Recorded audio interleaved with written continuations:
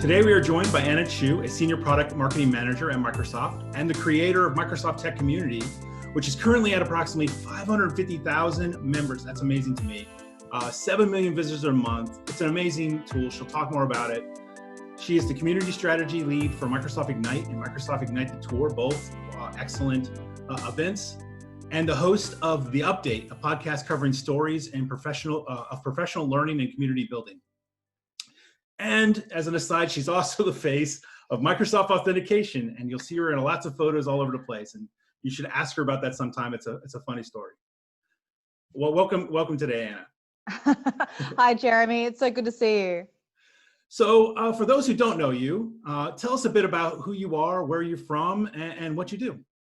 Yeah, so yes, my name's Anna Chu. I work at Microsoft. I work specifically in the Microsoft 365 team, but I look after something that's sort of beyond just Microsoft 365, which is the Microsoft Tech Community.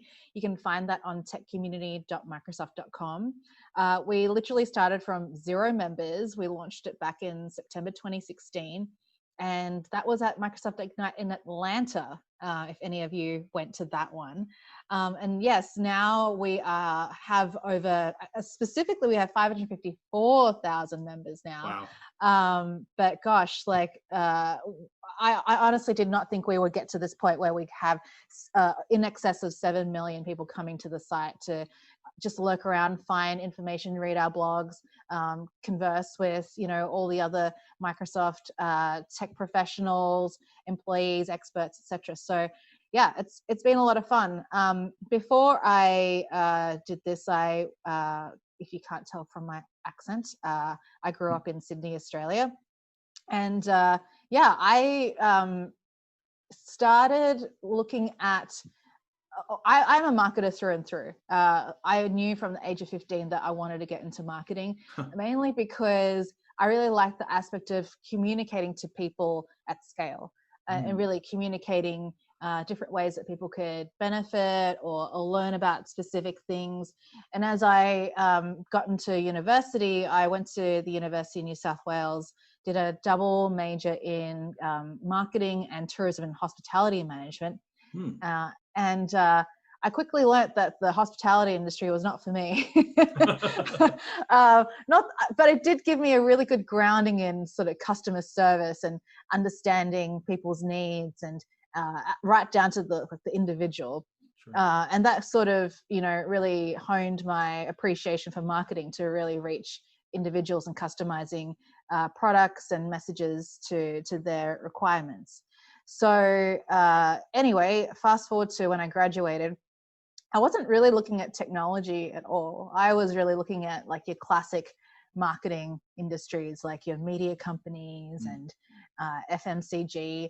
I did some work for magazines like Bride to Be and In Style magazine, which are like, female-oriented fashion lifestyle magazines. And I was not happy with that environment. It was a little catty. It's just like what you see in The Devil Wears Prada, if you're familiar with that Meryl Streep movie. But I actually decided to stick on with university and did an extra year in honors and did a thesis on consumer cynicism, authored a paper. It got published in some journal. I can't remember which one it is. I have to check my LinkedIn profile to find it. But it's kind of ironic that I ended up joining Microsoft because at the time when I graduated, these were Windows Vista years. Microsoft was not a cool company to work for. And so I took a chance on an internship at Microsoft. But really, I thought, I'll do the interview, and if I don't get it, I don't care. But I was so impressed by the interview process that I was like, you know what, this is actually kind of interesting. I gave that a shot. And what's funny was that my sort of path in technology has kind of always been there, but I didn't even realize it. When I was 15, I also did a computer science class and was one of the first Microsoft MCPs, student MCPs. These were Microsoft certified professionals. And there was like a stack of books like this high that I had to study in order to get the certification. So yeah, I was definitely very early on, I had a Microsoft certification. But, you know, my curiosity at marketing sort of, you know, pulled me through, and I, you know, didn't pursue the comp sci area as much as I wanted to. But anyway, I took a chance on that internship, and it was in the Dynamics marketing team. And my knowledge of Microsoft at the time was just Windows and Office, and I had no idea what Dynamics was. I had no idea what ERP or CRM were. I was like, can you like buy this at the store and like fully packaged product and like just install it? I was looking for price points, couldn't get anything. So this was my foray into enterprise software. And yeah, actually that was my first introduction to community work, because I did a lot of work with the local partner community. Had to, you know, get them all familiar with changes in the way that they were compensated, and yeah, amongst other things. And yeah, and then, you know, I've been with this company for 13 years now.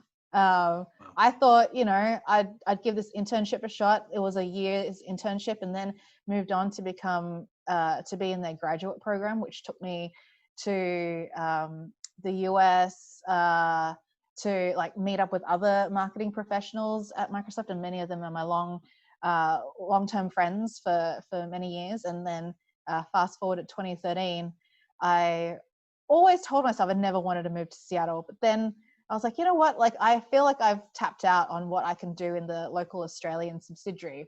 So I applied for a job that was basically written for me, and I looked at it on paper. I was like, you know what, I could do all these things. I'm just gonna like give it a shot. And then I got the offer, so I was like, oh crap. This is kind of compelling now. I'm moving to Seattle, guys. So yeah, so, and again, I thought max 2 years. I'll spend 2 years in Seattle, and here we are, 2020, 7 years later, I'm still in Seattle. Wow, the rain didn't scare you away. It didn't. I love Seattle. I love the mountains. I love the proximity to nature. And this is coming from a very suburban girl. I never thought I would say these things. Like, I went to the mall, I drove to brunch, and, you know, I'm very happily, this weekend I went to the slopes and did my first run of the season and loved it. So, you know, like I mentor a few people, I chat to a few people, and they always, you know, especially for people in Australia, like, you know, like, should I move elsewhere? And I'm like, yeah, do it. Like, you're only going to grow as a person. So, and you can always come back, right? So, yeah, I've thoroughly enjoyed my time here. I don't plan on leaving anytime soon. And, you know, with COVID and everything, we probably can't. Right, we can't go anywhere. Yeah. So, yeah, that's a little bit about me. So along that journey then, since you launched the Microsoft Tech Community, how did your role change to get you into a position where you were able to make that happen? Yeah. So this community role came to me in 2015. And when I got it, my boss told me, you know what, the first thing you're going to do is actually kill a community. I'm like, what do you mean? So back in the day, there was a external YAML network called Office 365 Network. And that was the main way for Microsoft product marketing managers to connect with their community. But the challenge with an external YAML network was that you couldn't really find it unless people literally gave you the URL, because it was kind of a closed network. It wasn't an open network. You couldn't just like put it in and find all the results. And secondly, you couldn't look up something like, hey, what is Microsoft Office, and find that content. I was on the Office 365 network through SEO. So we came to the conclusion that we needed to switch platforms, and we found a platform that's a third-party platform that we use and we white labeled it so it looks and feels like a classic Microsoft website. And made it open to the world and called it the Microsoft Tech Community. But even in advance of that, even before deciding to call it that, we looked at the Office 365 network and noticed a lot of people asking questions about Dynamics, about Windows, which was not part of Office 365, Microsoft 365 at the time, Azure. They're asking about all these different things. And so we thought it would make a lot of sense to create a one Microsoft online community where people could ask questions. But as we evolved over time, we definitely knew that there were other opportunities that the Microsoft Tech Community could pursue, mainly around getting up-to-date news from the teams that actually create these products. We've got a number of different places where people can blog. Blogs.microsoft.com is kind of the main premier place, but it's very PR-led. It's very much authored by corporate vice presidents and people. It's ironed out, right? And they're trying to meet a certain need and put out a press release, but there wasn't really a great way for PMMs to actually get to the nitty gritty details, show all the screenshots, do embedded videos and show demos. And so we offer that through the tech community, and blogs are the primary reason for people coming to the site because we premiere a lot of things. Every time we launch Microsoft Ignite, that's always a big news moment for us. And we publish a ton of blogs to help people understand not only what this new feature is or what this new product is, but to engage with the community with questions they may have. And then on the next thing that we want to do is not just be a mouthpiece or a loudspeaker for these news. We actually want it to be a dialogue in exchange with the community. So we opened up the comments. We also include calls to action for people to participate in what we call AMAs, Ask Microsoft Anything discussions. So we always guide our product teams to say, hey, like you've got this news, cool, awesome. We're going to promote the heck out of it.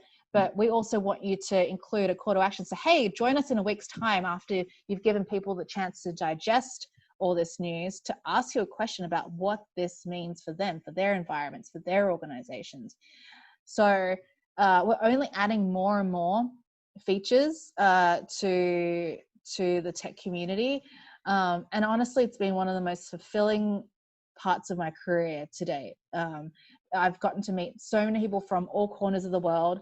Back when we were able to travel in person, I got to meet people from almost every single continent. I think I've actually hit almost every single continent except Antarctica because of the community. I've met wonderful people in Brazil. I've met people in South Africa. I've met people across, Western, Eastern Europe and Asia. So, and the thing that I love is that, the need for community is universal, but the nuances are very unique. Like if you talk to people in the Japanese community, they also love to learn, but in order to reach them, you really need to speak their language and connect them to experts who also understand their culture. But they also have a desire to learn outside of their environments. And so a lot of the responsibility I have is to figure out what those barriers can be and give and open them up so that, people can connect, because everything that unifies us is all about technology. And that luckily in some ways doesn't really speak a language. It does get people together though. So yeah, it's been a thoroughly fulfilling journey. Wow, that's pretty amazing. And you have Video Hub now, which is kind of nice. Yeah. We're only adding more and more things. I mean, how much time do you have? Because I could talk about our roadmap for a really long time. But yes, no, we really want to do a lot of stuff with enabling community events. With Video Hub right now, it's a source of content for on-demand video, but we want to enable that for live interactions too. So in the near future, our AMAs, which typically are 1 hour dedicated live Q&A sort of scenarios, we want to add video content to that. So a live video feed. So you could actually see, someone like Laurie Potmeyer from Microsoft Teams answering the question live, but we don't want people to feel like they missed out on the live experience. So they should be able to watch the video on demand or continue to be part of the conversation, because the embedded discussion underneath that is still going even after the live session is over. So we're thinking pretty deeply and mindfully about how we want to enable these experiences, how to unite a global community around our products and our technology, and also give people the platform to be able to share the expertise, right? Whether you are, just a regular community member, or an MVP, or an MCT, or any one of those acronyms, right? You should be able to, share what knowledge you have. And one of the things that I find super humbling, is that everyone is so giving and very selfless in the community. You will get some grumpy people, and that comes with any community, but at the end of the day, they will eat their words sometimes if they have like screwed up in some way, but everyone's also very forgiving too. So we're all recognizing that everyone has a different path. And I've also witnessed people just, being floored by a reaction they got from the community, and end up becoming even more giving as a result, because they've gotten so much back from the community that they want to give more. So it's been really great, especially in 2020 when everything feels like it's imploding on itself. Community has been a really nice shining light. That's awesome. So was it the fact that you did the Microsoft certification previously when you were younger that made you even consider applying for a Microsoft internship? Maybe. I want something new. I honestly don't think I thought consciously about it. I definitely felt like, there was always something exciting about technology. The cool kids in the technology world back then were like Google, right, and maybe Facebook. It was pretty early days of Facebook back then. But, so I knew there was some promise there, but Microsoft was seen as this like big faceless corporation monolith. And it didn't seem like, beyond Xbox, that there was anything cool about it. And I thought, I'll give it a shot. Like, it's a reputable company ultimately. And, but what won me over really were the people, and how there were just so many people who were so smart, and it just floored me, because I thought, like, I had this perception, and, please don't be offended, because you are the geek within, but I just thought it was like a bunch of geeks and nerds who didn't really understand how to socially interact with people.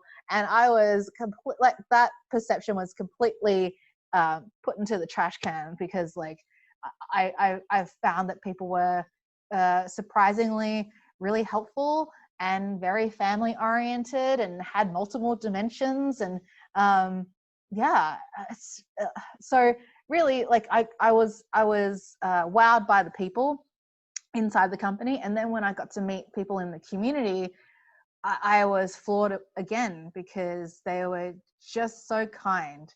And now, that being said, I know that not everybody's experience, whether it be in the technology industry or elsewhere, that they can have such a good experience. And I certainly, believe I'm blessed and lucky on that front. But I've also witnessed some terrible behavior too, don't get me wrong.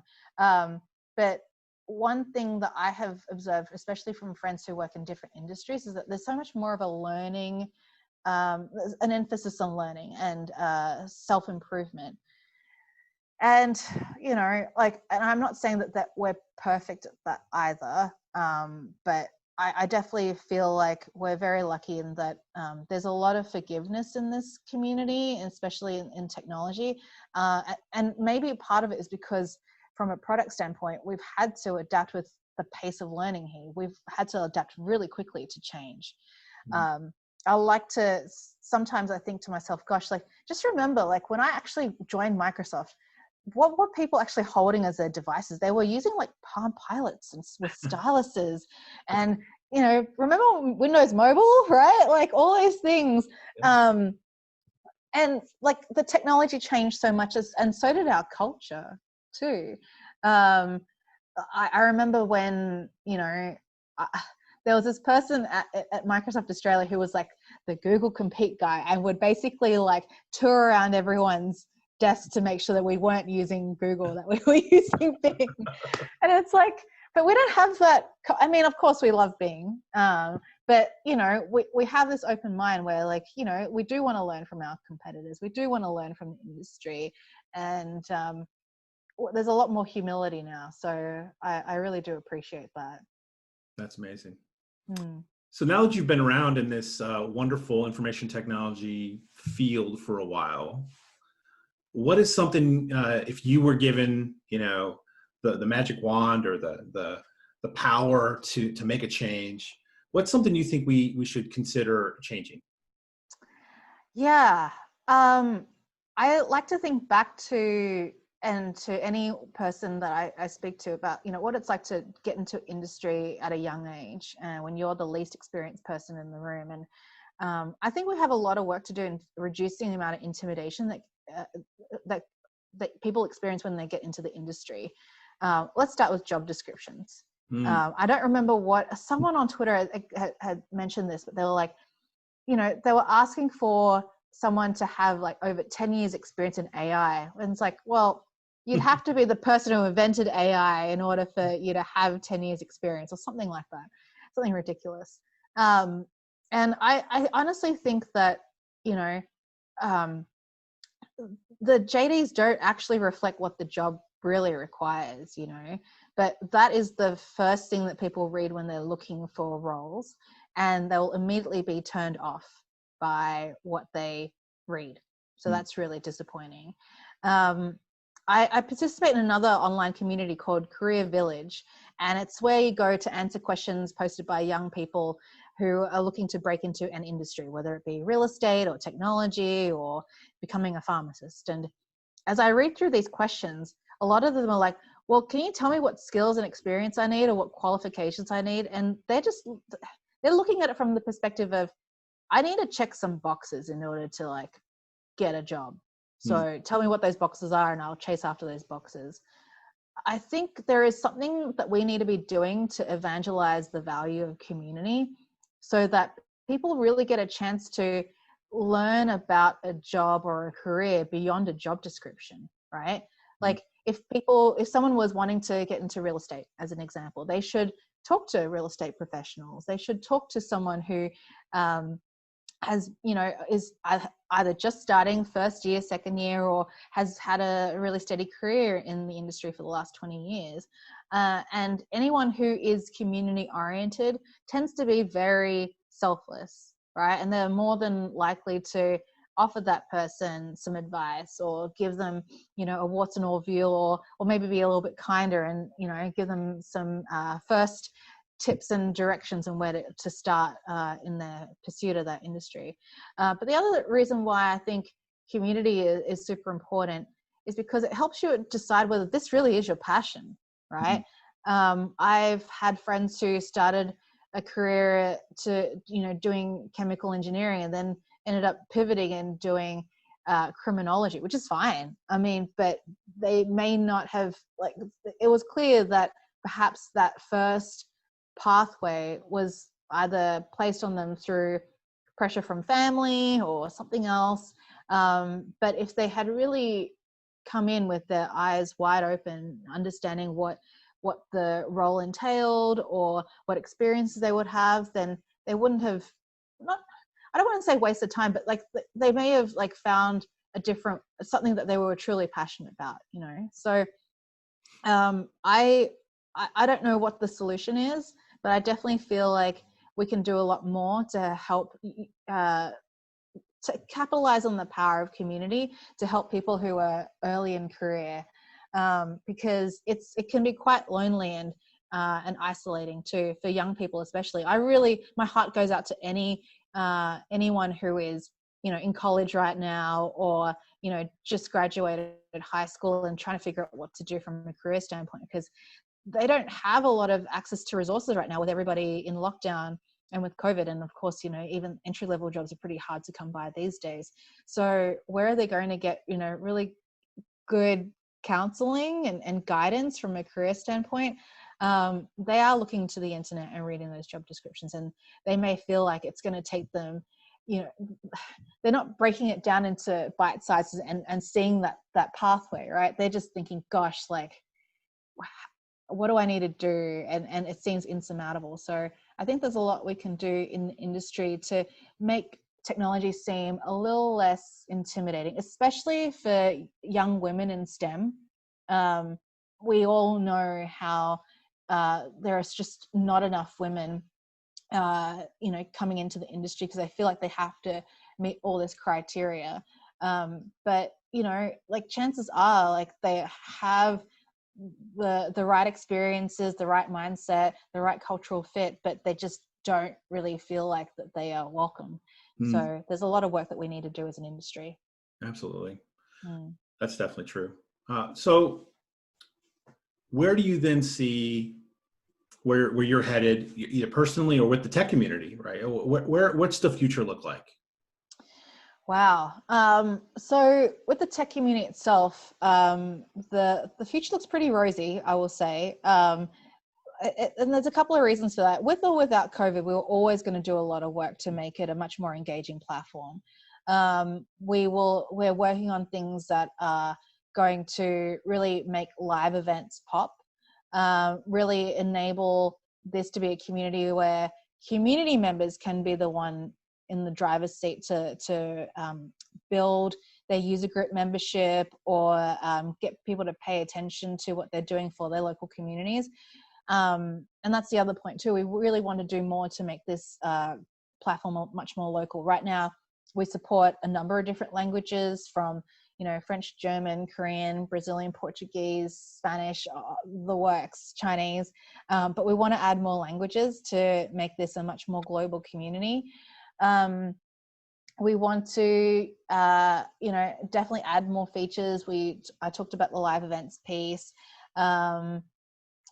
We want to, also think about like, how do we get people to just at a very basic level present themselves as an expert in different ways.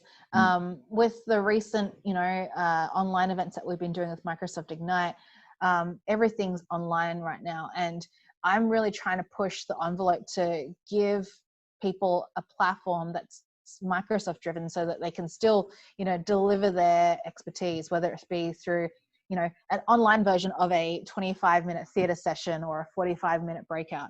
And one thing, and speaking of, events, this is still uncharted territory for us in a way. Even though we did do an event back in September, we're highly aware that the world of online events is getting a little, what's the best word to describe this? It's people are burnt out, right? I don't know how many invitations you get, Jeremy, for an online event these days. Yeah, many. So many, right? And why would you prioritize this invitation over the other? And what format works best? Is it best spread over the course of 2 weeks, or is it better to do this as a 40-hour follow the sun 2-day event? No one knows, and I don't think we'll ever get to crack the perfect formula because not everyone can do this, right? But what people don't realize about events these days, especially if you're usually the one on the audience side of things, is that for us as a company, these are really big moments for us to promote or launch something, right? But it's one moment in time, and chances are, like, let's just pretend that we launched Microsoft Teams back in September of 2020. People are going to be online searching for this information long after the event is over. And so we need to be very focused on this on-demand experience, because if you think about anything, when you are trying to figure out, okay, I need to learn how to hard boil an egg, you only want to learn how to hard boil an egg at the time when you need to hard boil an egg, right? You have no idea when this like hard boiled egg things became a thing, but you're not going to be bummed out because you missed that event that happened like 3 weeks ago. You want to find the information as you need it. So that's something that I'm really trying to drive hard at Microsoft too. It's like, we know, and it's really important to have a really flashy event and get all eyeballs on this thing at the time that we're announcing it. But the long tail is where the biggest opportunity is for people to learn about something. from, you know, the most basic fundamental levels of what this product is about to how to apply it in your industry or in your locale, in your district. So yeah, that's one of the things that I really think is really important about thinking about the future of online events. I know you didn't really ask this question, but No, that's I a think, good answer though. yeah, online events is just one of those things where no one has really cracked it. But I think the on-demand portion is something that people have neglected to think about deeply, because, you know, like, we had a moment to collate all of the things that we wanted to say, but we need to continue the conversation after and not just leave people out in the lurch. Like, if they have questions afterwards, go back and help them with their journey. So yeah, that's really important to me. Well, and I think that's going to play a big into when we do get to do in-person events again. There's going to be this desire by some people in the community to still have an online portion of it, because maybe they were never able to go to that event before in their life. I saw that a lot when I went to Microsoft Build this year online. I've never been to Build in person. I haven't coded myself in many, many years, but I took advantage to go to Build online and saw tons of people say, this is the first time I've ever gone to Build, the first time I've ever been to go to this. So Yeah. that does change the way we do events or anything, any sort of thing, because now you have this component where you can engage people who couldn't be engaged before. Yeah, exactly that. Yeah, we definitely noticed in our numbers for Microsoft Ignite that we had reached, I can't remember the exact number. I want to say it was like an extra 30,000. Wow. I could be completely wrong. I could be completely under reporting the number, but there were people who had never been to a Microsoft event ever, and this was their first experience with the Microsoft event, which is outstanding. Yeah. It means that, you know, we really democratized this. We made it free. We didn't. We made it available online. So all you needed was an internet connection and hopefully not some crazy firewall to deal with. But yeah, like for us, the most important thing is that people learn. You know, like for us, the price of admission is just cost recovery for the expenses of running an event. We don't really care about making revenue from it. We really want to make sure that people are learning and feeling inspired by what they learned to develop apps on our platform, or to start looking at Microsoft Teams as a collaboration tool, or, you know, look at Azure as a way to, you know, to deliver better websites, or whatever it is that you want to do, right? So yeah, that's really our main goal at the end of the day. Wow. Well, I want to thank you, Anna, for spending this time with me today. And I really appreciate it. And you bring a unique thought for us to consider as we continue to try to engage, as somebody who engages in community, how, you know, the person who's helped putting the technology in place is thinking about that. And it's really interesting, and it really thought-provoking on how we can engage each other in the community that you're building. Oh, absolutely. I've really thoroughly enjoyed this give with you. If I could give one piece of homework to anyone who's listening to your podcast, is, you know, definitely give Tech Community a chance. You can visit at techcommunity.microsoft.com. We have communities focused on everything from Azure to security and compliance to humans of IT. There's something for everybody. And if you still can't find it, well, then just message me. You can find me on Twitter at _HU, and I'll do my best to see if we can find a place for you. Awesome. Well, thank you so much again. You're very welcome.